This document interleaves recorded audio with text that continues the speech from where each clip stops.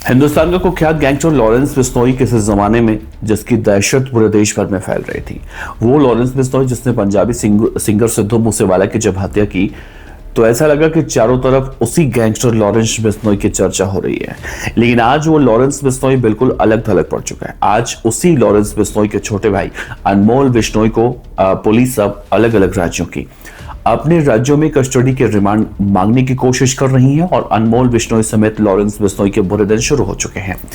दूसरा, आप एक चीज देखिए, जिस वक्त पंजाबी सिंगर सिद्धू मूसेवाला मारे गए थे, जिस वक्त सलमान खान के घर पर फायरिंग हुई थी, या फिर सलमान खान के पिता सलीम खान को भी जान से मारने की धमकी के नियत से एक चिट्ठी फेंकी गई थी, या फिर यूं कहें कि मुंबई में बाबा सिद्दीकी की जब हत्या हुई थी, लॉरेंस बिश्नोई के इसी छोटे भाई अनमोल बिश्नोई का हर एक मामले में नाम निकलकर सामने आया था।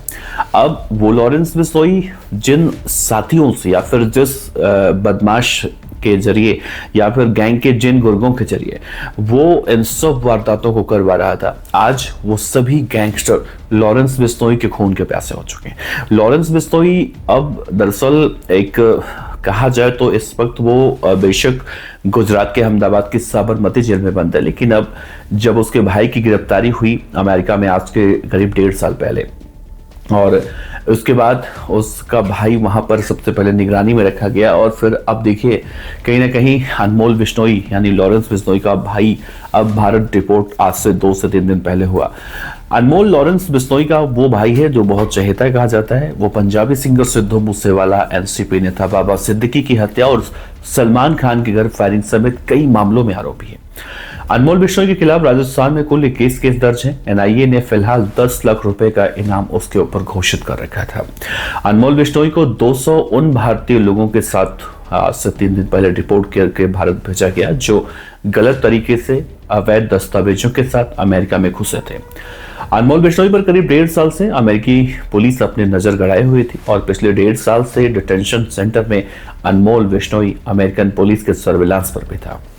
उसकी हर हरकत पर अमेरिका की पुलिस नजर गड़ाए हुए थी। ऐसे में एक बड़ा सवाल भी उठता है कि अनमोल बिश्नोई अगर सर्विलांस में था तो 1.5 साल में हुई कई बड़ी वारदातों में उसका नाम कैसे सामने आया?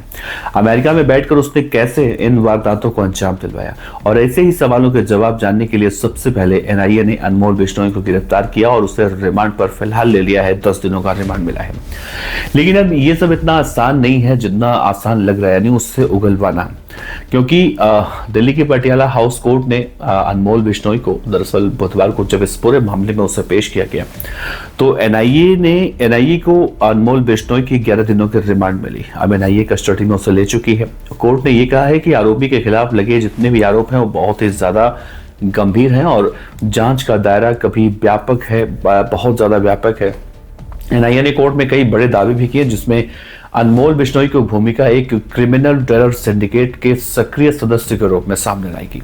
एनआईए के मुताबिक अनमोल बिश्नोई 2022 से फरार था और जनवरी 2025 में उसे प्रोक्लेम्ड ऑफेंडर घोषित कर दिया गया था कोर्ट ने। बुधवार को उसका अमेरिका से जब प्रत्यर्पण हुआ और जैसे ही वो दिल्ली के आईजीआई एयरपोर्ट पर उतरा, एजेंसी ने उसे पकड़ा और 2:30 पर कम से कम गिरफ्तारी हुई उसकी, और कोर्ट में गिरफ्तारी की पूरी प्रक्रिया जिसे विस्तार से बताया गया। एजेंसी ने कोर्ट को यह भी कहा कि अनमोल बिश्नोई देश के अलग अलग राज्यों में उसके खिलाफ कुल 10 से ज्यादा यानी 21 मामले दर्ज है कहीं ना कहीं। इसमें एनसीपी नेता बाबा सिद्दीकी की हत्या, फिल्म एक्टर सलमान के घर के बाहर फायरिंग और पंजाबी सिंगर सिद्धू मूसेवाला की हत्या जैसे हाई प्रोफाइल मामले शामिल हैं। एनआईए के मुताबिक अनमोल बिश्नोई विदेश में बैठकर एक्सटॉर्शन, हथियारों की सप्लाई और टारगेट किलिंग की साजिश में लगातार सक्रिय भूमिका निभाता रहा है। एनआईए ने यह भी कोर्ट में तर्क दिया कि अनमोल बिश्नोई गैंग के फाइनेंशियल नेटवर्क को कहीं न कहीं संभालने का आरोप है और कई बार वो खुद सोशल मीडिया पर आतंकी वारदातों की जिम्मेदारी लेने की भूमिका में भी देखा गया। एजेंसी यानी एनआईए ने यह भी कहा कि अनमोल बिश्नोई के फंड सोर्स, लॉजिस्टिक चेन और सोशल मीडिया अकाउंट्स को खंगालने के लिए कस्टोडियल पूछताछ बहुत ज्यादा जरूरी है और इन्हीं आधारों पर एनआईए ने 15 दिनों की पुलिस की रिमांड मांगी थी, लेकिन अनमोल बिश्नोई के वकील जो हैं उसका बचाव कर रहे थे। उन्होंने कोर्ट में कहा कि एनआईए के पास पहले से सभी रिकॉर्ड मौजूद हैं और पुलिस रिमांड की कोई जरूरत ही नहीं है। उन्होंने ये भी तर्क दिया, यानी अनमोल बिश्नोई के वकीलों ने कोर्ट में तर्क दिया कि आरोपी जांच में पूरा सहयोग देगा और उसके फरार होने की कोई आशंका नहीं है। वकीलों ने कोर्ट से मांग की कि रिमांड अनमोल की पुलिस को दी ही ना जाए, एनआईए को दी ही ना जाए, लेकिन अगर रिमांड दी जाती है तो डीके वसु जो दिशा निर्देश का पालन सुनिश्चित होता है वो किया जाए। इसके अतिरिक्त सत्र न्यायाधीश प्रशांत शर्मा ने कहा कि एनआईए की रिमांड मांग उचित और न्यायोचित है। कोर्ट ने माना कि आरोप बहुत ज्यादा गंभीर है, केस का दायरा बढ़ा है और कई पहलू अभी सामने आने इस मामले में बाकी हैं। कोर्ट ने सभी कानूनी प्रक्रियाओं की गिरफ्तारी, मेमो मेडिकल जांच और आरोपों की भाषा संबंधी समझ की भी पुष्टि की है। कोर्ट ने साफ तौर से यह भी कहा कि कस्टडी के दौरान आरोपी की सुरक्षा और मेडिकल जांच में कोई भी ढिलाई नहीं होनी चाहिए।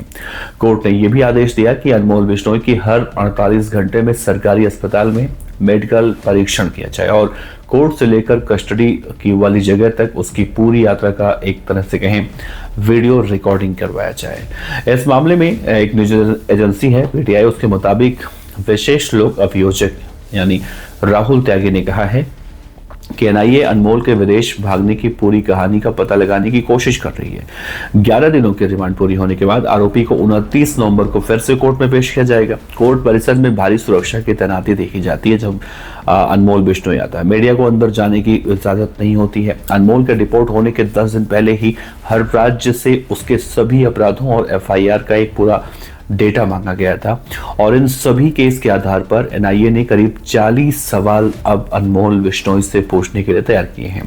पहला महत्वपूर्ण सवाल यह है कि सलमान खान के घर पर फायरिंग को लेकर, साथ ही एक सवाल कि सलमान खान के घर के पास पार्क में चिट्ठी छोड़ने से कहीं ना कहीं उसका जोड़ा देखा जा रहा है। बाबा सिद्दीकी की हत्या को लेकर एनआईए पूछताछ करेगी। सिद्धू मूसेवाला हत्याकांड में अनमोल के इन्वॉल्वमेंट को लेकर भी पुलिस पूछताछ करेगी, यानी एनआईए की टीम पूछताछ करेगी।